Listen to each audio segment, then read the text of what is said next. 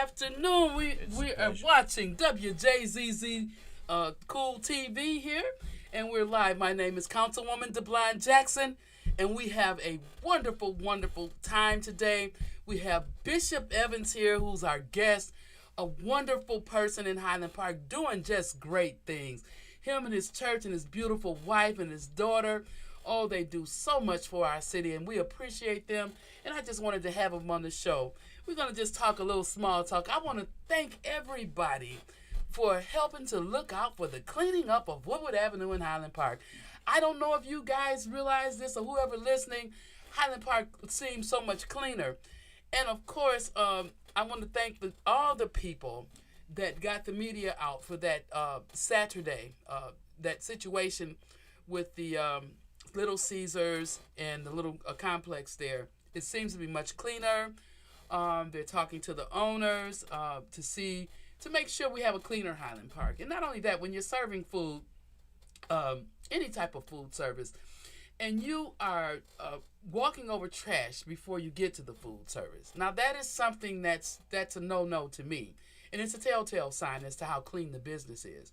If you see the dirt on the outside before you go in, then that tells you something. It ought to give you a red flag there.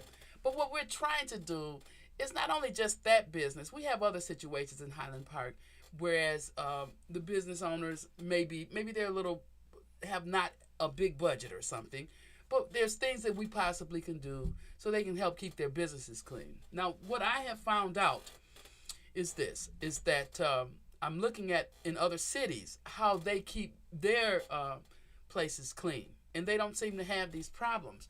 So maybe we should look into some of the things that they're doing that we can just try to emulate. I mean, there's nothing wrong with using the good things that other people have in order to make our city look good. I think it's the best thing that we could do. What you think there, Bishop Evans? Oh, absolutely. Just listening at how you're just laying it out, telling it like it is, and I concur. And number one, I want to commend you for taking the giant step, the 4-step, to make these things happen. And this shows and exemplify a real leader in the city. And you hit the ground running. You don't wait until a problem come to you. You go and you find out where a problem is. You seek it out for the good of the community and for the betterment of our people in the community. So our kudos to you. Thank you so much. Mm-hmm. And what I'm enjoying about I haven't been on the council very long, and I'm enjoying just listening to what the needs of the people are. I'm sort of new, what we call a neophyte, if you will. This is my first time ever being in politics. But what I see hope. Mm-hmm. And it's so important to have hope. If you don't have hope, then something is left out of your life. Mm-hmm. And to me, hope is what you're looking for. It's in us, but we have to see it within our being, and we have to show it. But because once you see it, people can see it in you because it shows throughout your being, from your head to your toes. By choice, I became a musician when I was 9 years old, and believe it or not, I got all my studies from the city of Highland Park, which goes to show that we still can have this in Highland Park to give children hope. I think music and the arts in particularly, and when I say arts, I mean all of them. I'm not just saying music. I'm not just saying visual arts. I'm not just saying that. I'm saying the singing of the music as well as the playing of the music, doing shows and poetry and plays and being in opera, being on stage, being in comedy. These are all the arts. And one thing about it I can say about most people of color, since the beginning of time, we have always been successful in the arts. In fact, seeing that I was just looking at some archives because my mentor, Mr. James Tatum, passed away, and I put together a wonderful orchestra. We called it an orchestra, but it's really a band. But his intentions is that I orchestrate his music for a full orchestra, and I will do that. Mm-hmm. That's one of my goals for his music. And his wife just wants me to proliferate that, the wonders of music to the people. I shared it with James since I was 16 years old, being a professional young musician at that time. I was just in high school. I was in the 10th grade. And I was singing in the choir with a woman named Gloria McCulley, who was an opera singer, but who was also a teacher. And she sang pretty much all over the world. And she became, Gloria McCulley also was a wonderful person who, she had a lot of people that studied, with her. And a lot of the fantastic opera singers of today, many of them had studied with her in the past. And she got me involved in a whole bunch of things that I can't imagine. She had us singing opera and all kinds of things. And we had never really sang that at Highland Park, with the group that I was with. Now, my sisters and brothers, they were in the concert choir, and I was in the concert choir. But that was well after the fact. And Highland Park had been so proliferated in music and arts, and we had technology. I mean, we had young men in Highland Park who graduated, who became professional electricians. Now, this can happen today because you have a lot of astute students who are astute not only in electronics and media and what have you, but these young people of today can design things. And I always say kudos for them because they can have their own businesses. They don't really have to work for anyone but themselves. And all this can happen in Highland Park. All you have to do is decide what you want to do. And wherever you're led, oh my gosh, it can happen for you. It's just, I believe in so many positive things. Sometimes I have to bring myself down because of the positive energy that I get, because I was raised in a positive light through many people. I had many people who raised me, musicians and people at the church and places where I went, the ladies in the cafeteria at school. They were our parents when our parents weren't there. When the teachers weren't there, we had the ladies in the cafeteria. And boy, oh boy, I don't think they ever fixed cafeteria food like they did when I was coming. I mean, those ladies would fix us collard greens and cornbread and fried fish and fried chicken right there in the building. In fact, in some of the buildings I noticed in DPS, when they used to do their own cooking, they have these huge, built-in ovens that you could just physically walk into. But back then, you know, you're cooking for maybe 600 or 700 students in various periods. But the food was so delicious. And I look at things this way. When we were growing up, fixing homemade meals. And then I look at homemade meals, the vegetables and everything that was brought to the table many times was very fresh. In fact, my mother, she cooked her own collard greens that she picked out of her garden. And she would can them. And at that time, we had a pear tree. Mother canned, we had pears. We also had apricots. And we had peaches. And we had plums. This was all in the backyard. So you could have these preserves of plums and all this wonderful stuff. But when I look at those nourishing things, Bishop, those things are nourishing not only to your soul, but to your blood and everything in your body. And I have noticed that a lot of the older people are still here. And some of the younger people aren't getting these nutritions and such. But I can tell you one thing. Highland Park is just a way, it was a situation where when you do grow up and you, like now it's like there's Highland Parkers that's been there a very long time. And then we have a new crop of wonderful people who are coming in. I say crop because I grow things too. In fact, I got collard greens right now that need to be picked. I'm waiting for the first frost because in the country they say you gotta wait, get the greens on that first frost. Right. And you know what? They were telling the truth because my goodness, last year I got those greens. I waited for the frost, and my goodness, it was the most tenderest things. The greens is just, you could just tear them so easily. Okay. I mean, and pull them. It's just marvelous. I was so, I'm not sure if children are learning how to cook. I don't think so. But I tell you, those wonderful meals cooked when I was young, we had a whole bunch of kids, not only children, but a lot of the relatives back in the day, they were migrating up here to the north. So many of them migrated. So at any given time, we may have 20 people, relatives and children included, running to the dinner table because my mother, she had those pots going, my gosh. And you know what? What I really miss, and I always tried to do, was get those biscuits. Oh my gosh. Mother made biscuits that melted in your mouth. All right. Oh my gosh. And the only closest, there's only one closest thing I think to the biscuits. This one chain makes biscuits that are pretty good, but they still don't compare to Mother's. There's nothing like, I remember I told my mom, I says, look, Mom, you got to show me how to make your biscuits, because what am I going to do? I can't get these biscuits if something happened to you, you know? Hear me selfish for the business. Not even, I mean, I was thinking about it, but I was really thinking about those biscuits. And so before I went to the bathroom and upstairs for a minute, and when I came back down, Mother had those biscuits rolled and put in the oven. I still didn't see how she did it, but those biscuits were rolled. But those are some of the wonderful memories of being in Highland Park. But moving forward, we have such developments happening, and I hope to one day on the show to have the mayor and possibly the President Clyburn of the Council of Highland Park, just to see how Highland Park is moving.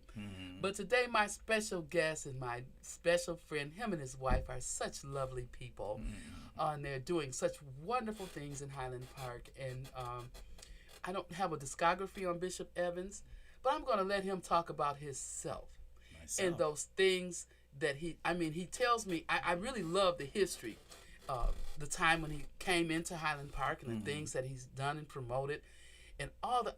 I had such a wonderful time a few weeks ago.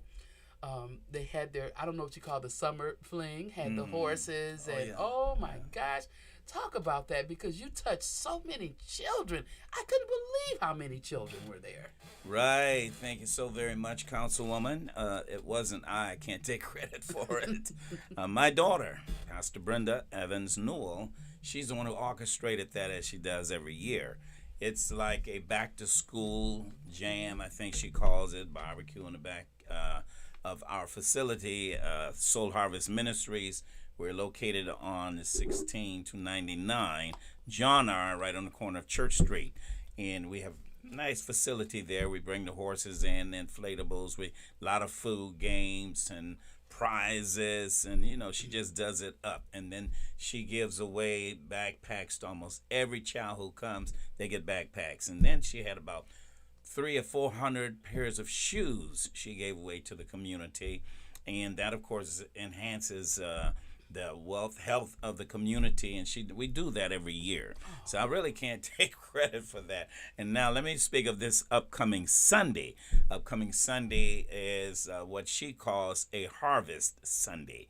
And we have contacted and partnered with one of the major firms in the state, and they sent Tuesday of this week a truckload of their merchandise. Wow. And it will be given away to the community and to those who are in attendance on upcoming Sunday at Harvest Day.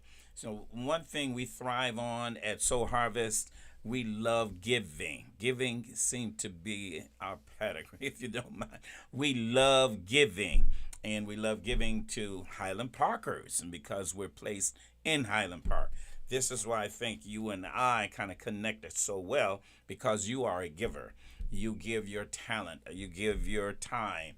You give what God has invested in you. You don't hoard it to yourself. You give it to the community. And this is why the senior citizens, this is why the youth and the block clubs and all who are in the area of North Point and their facility are so elated with your leadership ability, because you are a giver. And just drive down any street, you'll see a reason to give. In Highland Park, you're there, we're there, and whatever we can do to give back to the community. Just this past summer, my daughter gave 1,000 pairs of shoes away.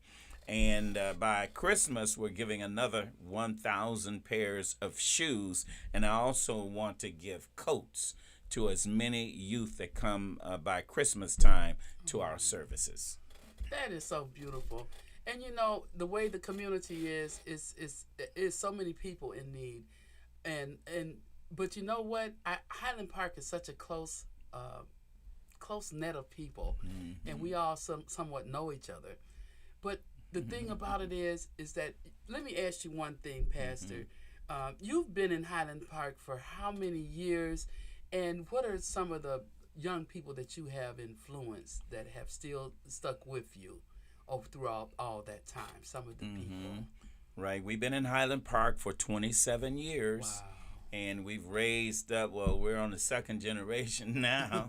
And yes, we've actually have had a lot of financial benefits for our youth, scholarships and what have you, going away to school and colleges. Wow. Just a few Wednesdays, a young man who came through Highland Park went away to University of Michigan. Now he's 2 years shy of becoming a medical doctor. And Wow. coincidentally, his name is my name, Lewis. He's named after me.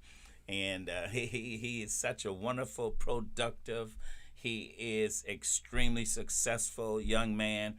And he's just one example of the many youth and young people who have come through Highland Park and have been very, very successful. Many of them have become musicians and have gone on.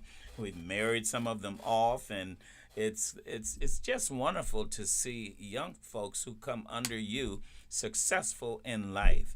It just says that your efforts were not in vain, and I believe the greatest investment that an adult can make is in our youth and our young people. Oh, and yes. this is what we want to do. Yes, and I'm trying to put together a musical group I love it. for our Highland Parkers, a community musical group. In fact, where we play jazz, gospel, whatever is in the community, I want to have that. Singing, playing, artisans, whatever gift you have, if you hold, it's like your hand. If you hold your fist tight, nothing can come in or out. Yeah. But you have to hold it up. It has to be a two-way street of some sort. And I believe that the more you give, the more you'll be given in many ways. And the ways that I like to be given is happiness. Because you can have all the money in the world, but if it's to the point where where you can't go get it physically yourself because you're ill, or you have such arthritis, you might have $50,000 in your pocket or in your briefcase, but that arthritis won't allow you to go get it. So you can have all the money in the world and be unhappy. So we know one thing, that money does not make the man. Man makes money, okay? So we have to think in those terms, and when we're dealing with our children, we say, well, hey, let's make all the money. Well, wait a minute, hold on now. You can't love money to the point where you'll be willing to do anything for the money, because that's not good either, because then you'll be holding your soul and your mind hostage. Sure. And that's not a good thing. What you want to do is, money is always good. We need it to use for things, but it can't be the most focused to the point where we will do anything for it. I mean, that's not the point. But what I love about this situation with the giving is that there was a little song that my auntie used to sing. And something goes like, and my living won't be in vain. Sure. See? If And I your can living, help if I somebody. can help, yes. If I can help somebody along the way, There we are. then my living will not be in vain. Wow. And that's what I have done all my life, in a sense.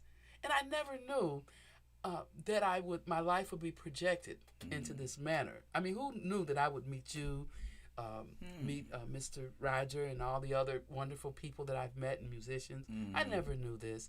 But it's just being led. It's like we're all on this pilgrim's road, and we're being led somewhere, and it's to the positiveness. But I would like to say to everybody, you're watching Wjzz Cool TV live, streaming on Facebook, YouTube, Twitch, Twitter, and other top social media platforms. Like, follow, share, comment, subscribe. Thank you for watching Wjzz Cool TV, the coolest station in the world.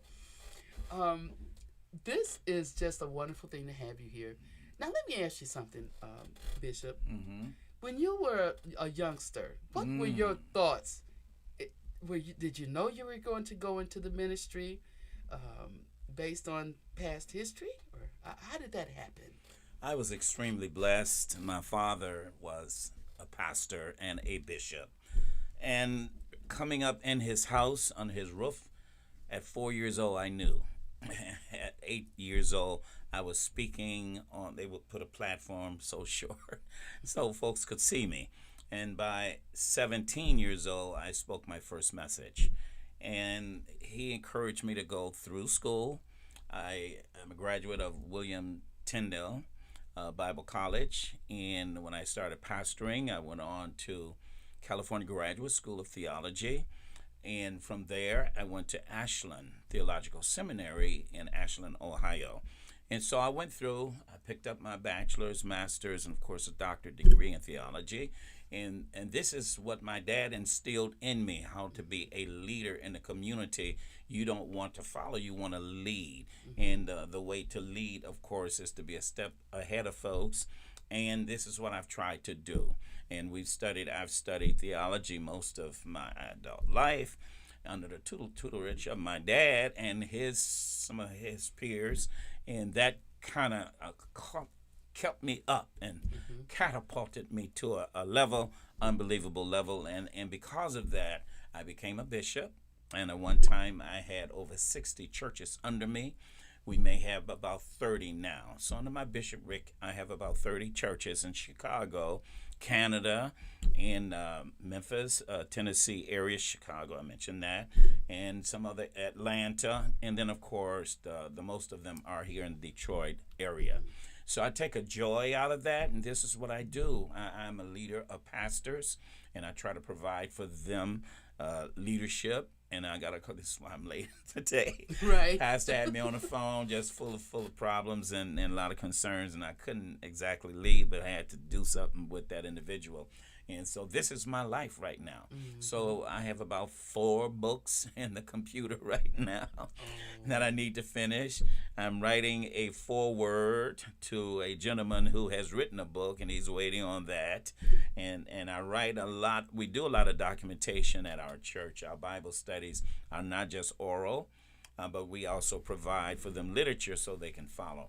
And really, Soul Harvest Ministries, did you come to the Sunday school where April was teaching? Yes. We try to make it an institute hour. So we're looking at Soul Harvest Ministries Institute, School of Institute, for the people, not only Soul Harvest, but teaching them not just the Bible, but yes, the Bible, but other things that are morally upheaval. Right. We try to give them that so they can have a higher consciousness of that which is righteous. So this is where we are in the community. And yes, I was happy to see you coming in and having words. You stood like a champion before the folks.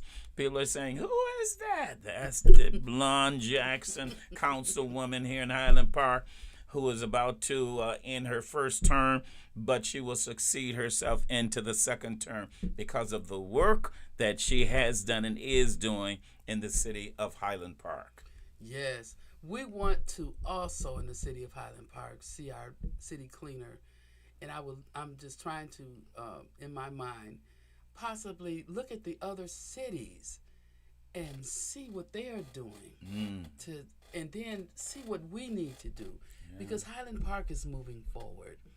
And with your leadership of what you're doing, Bishop, and the things that some of the other leaders are doing, Highland Park is going to look real different in the next 5 to 10 years. And I look forward to that. And I hope to be a part of that change.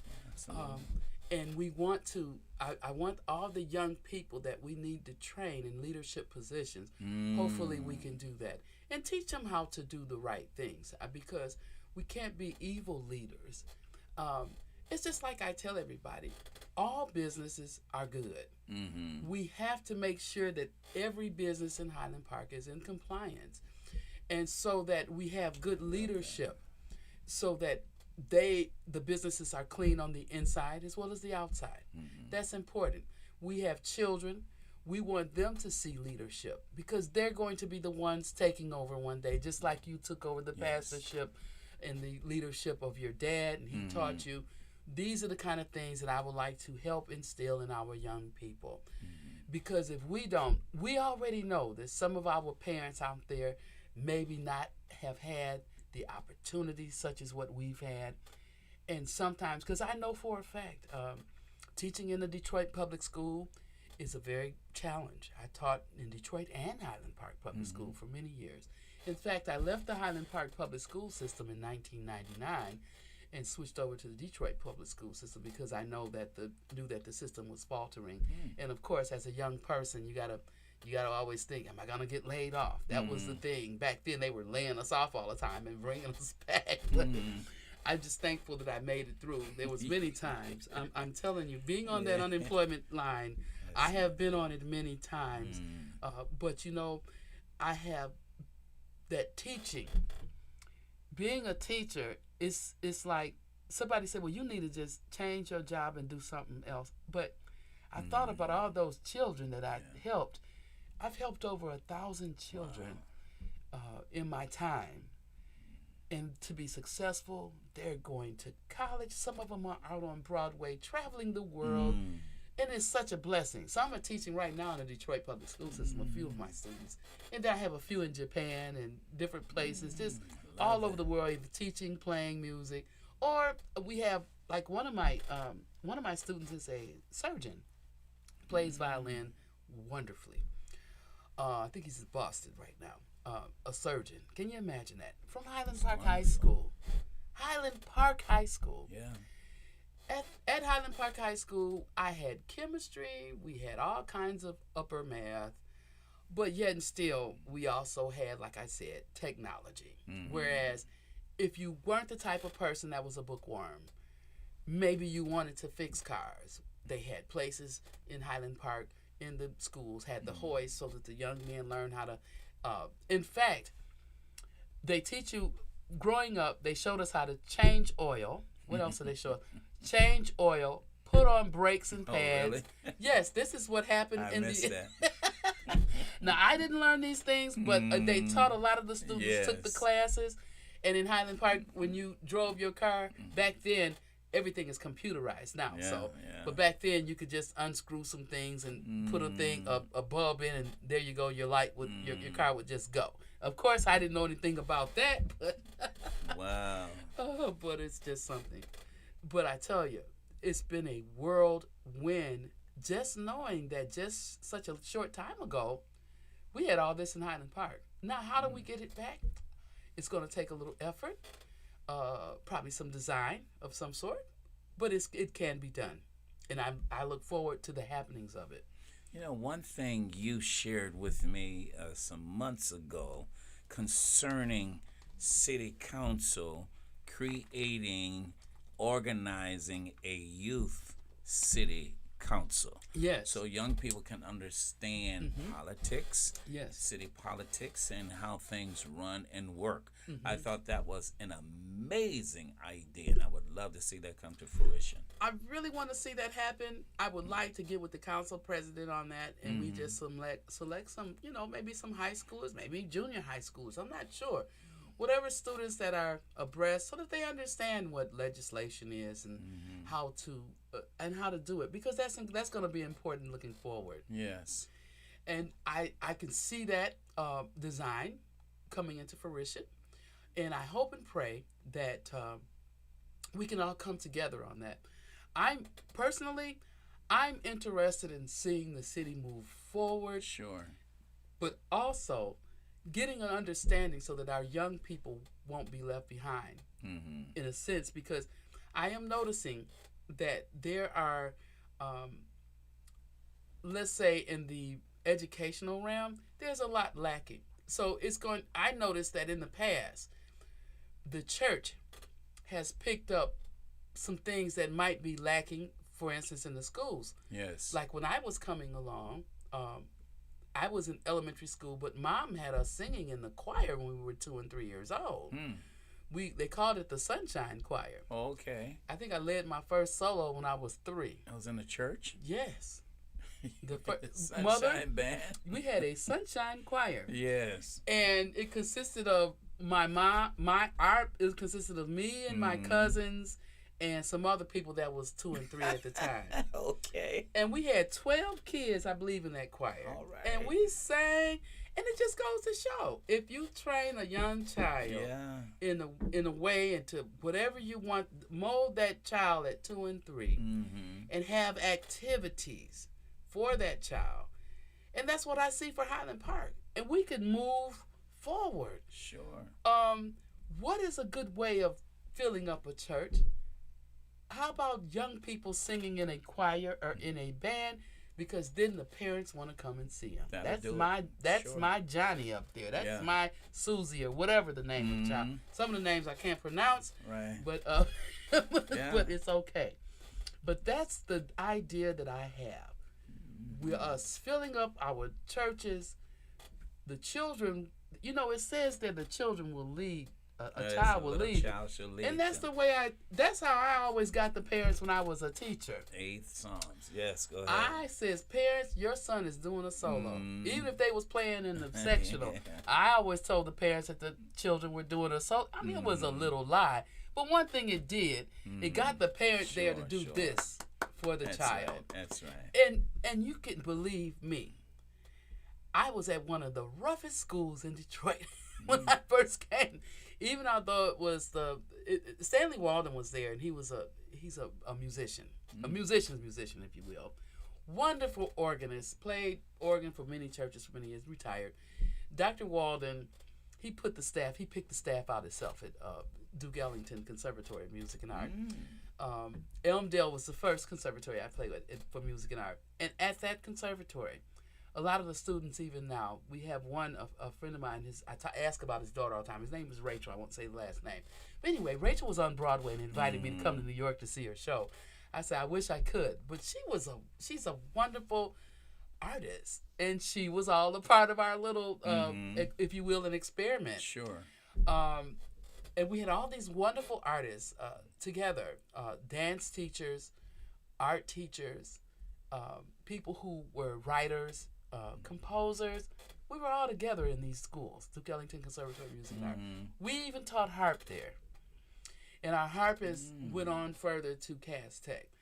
But the bottom line is when people tear up the fiber of an organization and take things away, that's when the students and children are taken back and moved backwards as opposed to forward. And we lost so much from that time in the Detroit, the Detroit community schools. Of course, they had to separate themselves because of the debt or something had to happen. That's why they changed the name. I think they had so much debt that they had to change the name. Now, I could be wrong. I'm going to research that. But I believe that was why they changed that name, because under DPS, but now they call it Detroit Public Community Schools, I believe it is, or something like that. But in Highland Park, just the idea of a start of a community organization, that's the beginning of beginnings, Bishop. Oh, absolutely. And it's timely. Young folks are waiting for something like this to come. And they're asking questions. Why not? Why aren't we? What's going on? Who's here for us? And you're amazing to bring this in such a time as this, when it seemed like the personalities are not high like they should be. And many people do not, their esteem has dropped, and some feel that, hey, we've been forgotten and overlooked. And and so here you're coming with this amazing idea. It's a God idea, and it carries with it a plethora of so much that can be a blessing to our youth and our young people for many, many years to come, because they right now are open. They're asking, they're seeking, and they have a strong thirst. And you have the talent, you have the skill, you have the directorship, you got everything packaged together in yourself. So who but you could do something like this in Highland Park? We had a funeral at the church this year. Yes. And it was Linda Wheeler's mother, Mrs. Wheeler, passed away. She was a dear friend of mine, just loved her as a mother. Yes. And you blew your flute. And it was so amazing. I saw tears falling. I saw people ecstatic, and some were just mesmerized, and just the talent that you portray to make music, not just to listen to it, but to feel the effect of what you were doing. And I thought that was wonderful, and every young person in Highland Park needed to have heard that. But you're putting a platform together where you're going to make this happen. Yes. In fact, I'm in the process of recruiting All right. Right now, what I do is I go on the streets and play my flute. Yes, I am trying to win my council seat, and hopefully I look forward to it. I want to do more with the children so that we have hope and the children can have some skills. Not just, I want them to have book readings. I want them to have a plethora of things because what I have found out in my life, you may have to have several different things that you do in your life in order to be successful. Sure. No one, back in the day, my dad worked in the factory, General Motors, and he worked there for, I think, 35 years. 35 years in the factory. Wow. And during that time, that's what our men did. They supported their wives and children. They worked in the factories or whatever job they did. We had skills like that. And for that reason, they supported some of the things that I did, and I'm grateful and thankful to that. But unfortunately, nowadays, that family structure is not the same, I don't think. It is my hope that possibly we may have to train our youngsters to have that again. Work skills. Work skills, I used to think that they were innate, that they came automatically. But judging from the for hire signs, that's not the case. Some people think that one job is enough. That might be enough depending on maybe for you, but when you get to having a family, now you have other people. So is that one job going to be enough for you? Or will you have to think out the box and figure out, well, I got these children, they have to go to school. What else can I do to be successful, to give them all the needs that there is? Now, when mom and dad was around, mom was the homemaker, but she still eventually, when we were up enough to be in school all day, mom had a job. But you know what she did that was really interesting every day? Mother would go to work, but before she left, she cooked breakfast, lunch, and dinner. Wow. And she did all this before she went to work. So when we got out of school, all we had to do was, well, she packed our lunches. All we had to do was warm up dinner. And we had to make sure that we kept the house clean for her, because when she came home, if that house was dirty, we had heck to pay. And she would, I don't know about you, but she made us go pick the switches out in the backyard. Oh, yeah, I remember that. So I'm just saying that we've had, and so it's just a blessing to be able to share things with children. And, you know, it's nothing wrong with an extended family. No. Some of our children, they need that. They need a safe place to come. Like if I establish a regular rehearsal, children will look forward to that. Actually, the parents will look forward to that. And I'm inviting the community. It doesn't have to be necessarily all children. It could be people who want to learn. And you know, the good thing about it is that they can get private lessons as well if they want to learn those instruments from Michigan State. And all they have to do is talk to Sue over at the recreation center at Pitkin and 3rd in Highland Park. And Miss Sue will hook them up with Michigan State. They can go take their lessons, and then they can come to the community band. At least they'll know how to finger their notes and play. And I think it's a wonderful thing. I think it's just exceptional. So I'm trying to get children. I don't know how to establish I'll probably have to make a little sign or something, or pass out flyers, or put it on Facebook, and have a date set up where we can all meet and share. But one thing that I will do, a friend of mine who lost his life, his name was Al. He was at the Musicians Union with me, and we started at Baker's Keyboard Lounge teaching different parts of music. We taught children how to listen, intervallic type things where they had to listen and sing back to us. We start with the ears first, because listening is a very important instrument. Listening, that's a skill in itself. Yes. Haven't you found out that through the years how do you train people to listen? How did you train someone to listen? Right. How have you done that? Yes, and I think when giving the precept, there must be an example. And young folks, sometimes more is, how do they put it? More is caught than taught. And when they see it being done, and then they can pick it up much easier, because that is the preeminent word in Judaism. When they come together, hear, O Israel, hear this, the Lord thy God is one Lord.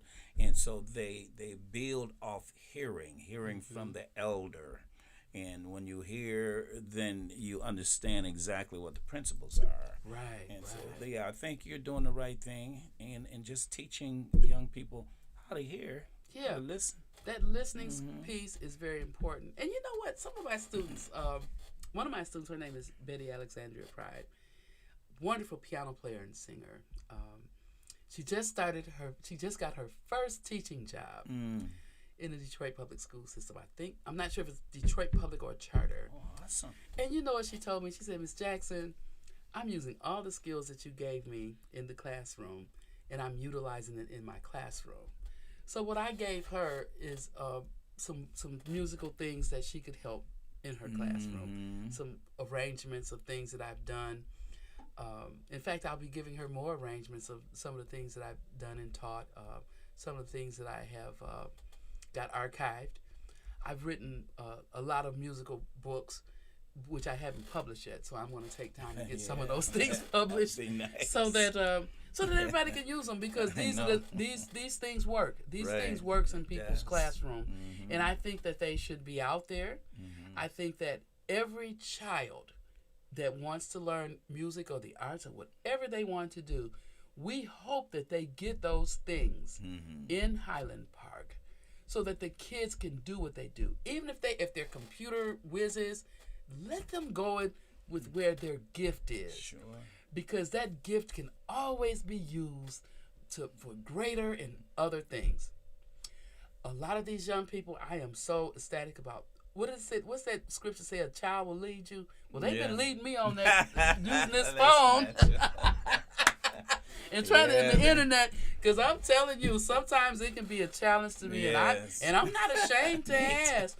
There's no shame in my game. Yeah. Some people say might feel ashamed and won't. Oh, I'm gonna ask, and I'll ask an 8-year-old because the Bible says a child will lead that's you. what it says, a little child, right? And I'm telling you, I'm taking advantage of their knowledge. Yes. Because my goodness, I saw a little 2-year-old get on that phone like he knew what the heck. He knew what the heck he was doing. They know. I'm talking 2 years old. So it is just such a blessing. But the cool thing is this music piece. We want to get up because down through history, we have always in the our culture of the black people have always had music, dance, art, and visual arts, as well as being on stage. Look at Sidney Poitier and all the wonderful Dash, Dorothy, back in the day, Dorothy Dandridge, and all the opera singers. Sure. Mahalia Jackson. All these wonderful artists, and that's all they had was a gift, and that gift made them exceptional in this world. Have you ever gone to Africa?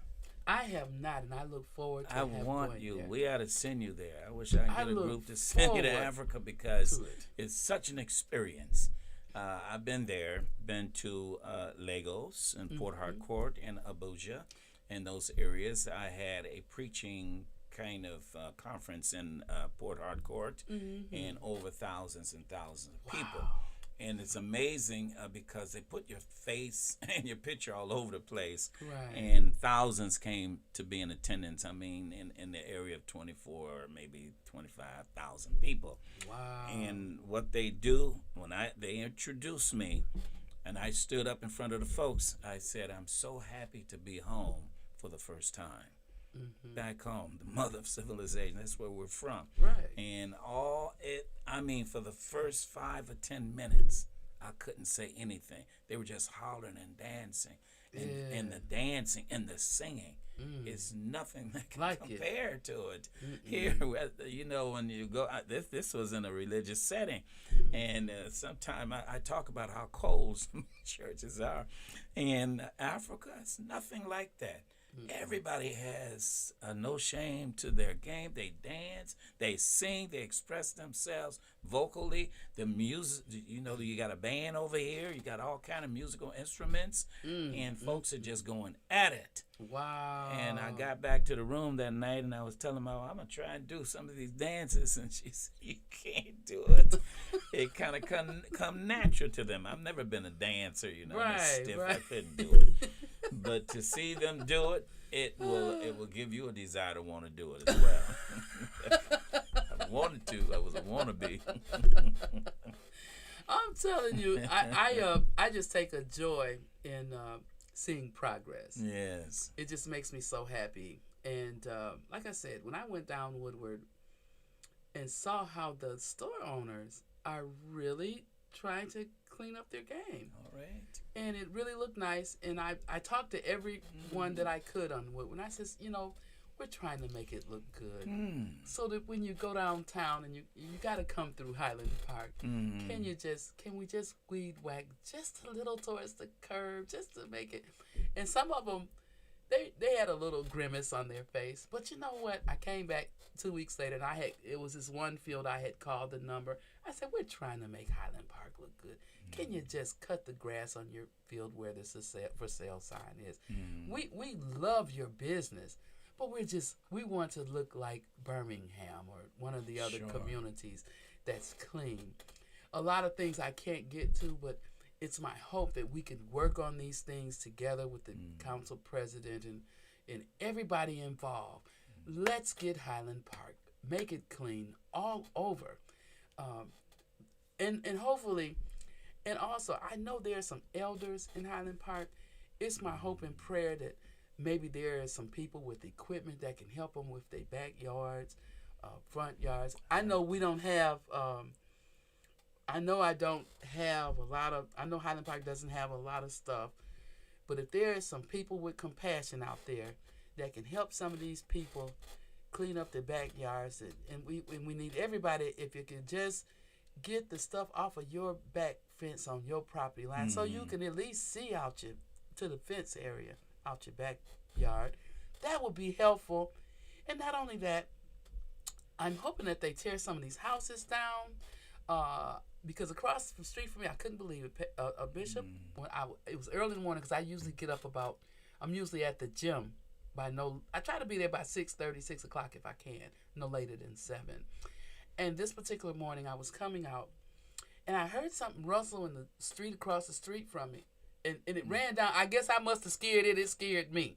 But it was a coyote. I was like, heard about that. Yeah. I was scared to death. I ran back in the house, and I figured out it was not a dog. That was a coyote. And it came out that back area of the house across the street from me.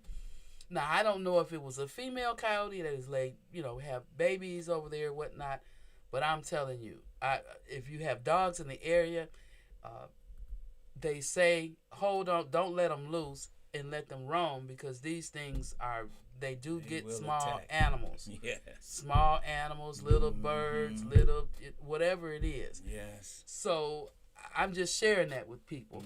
So that's why it's so important to me that you cut some of that shrubbery out of the backyard. And if we know people that will help, maybe we can, there's a lady on Massachusetts. She really needs some help with her backyard. She's about 90, I think.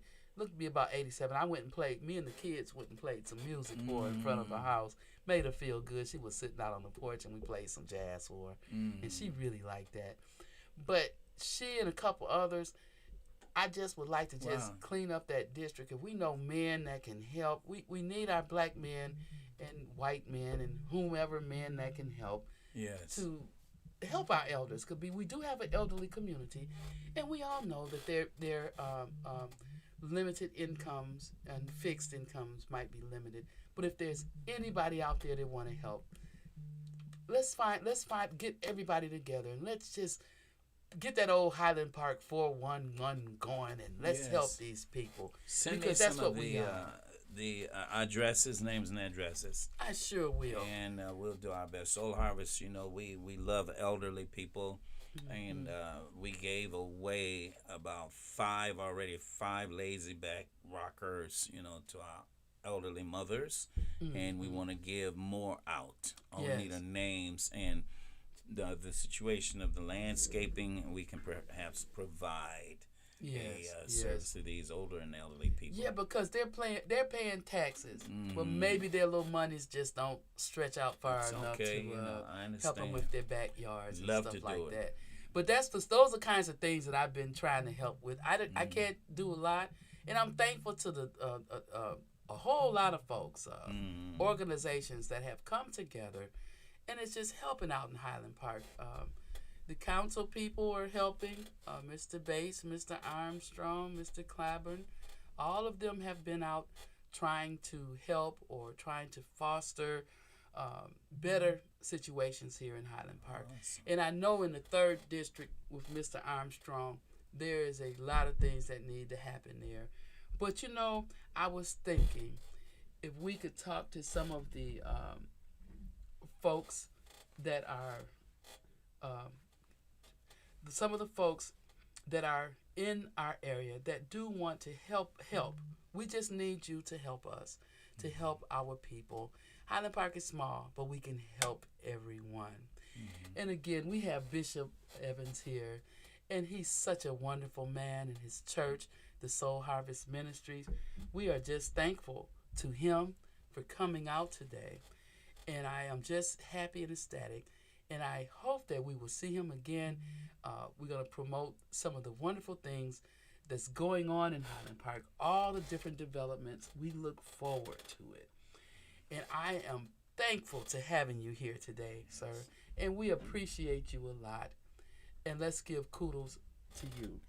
And you're watching Wjzz Cool TV, live streaming on Facebook, YouTube, Twitch, Twitter, and other top social media platforms. Like, follow, share, comment, and subscribe.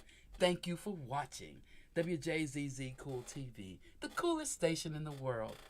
And thank you very much. And we have had a wonderful time. And it's over and out. Thank you.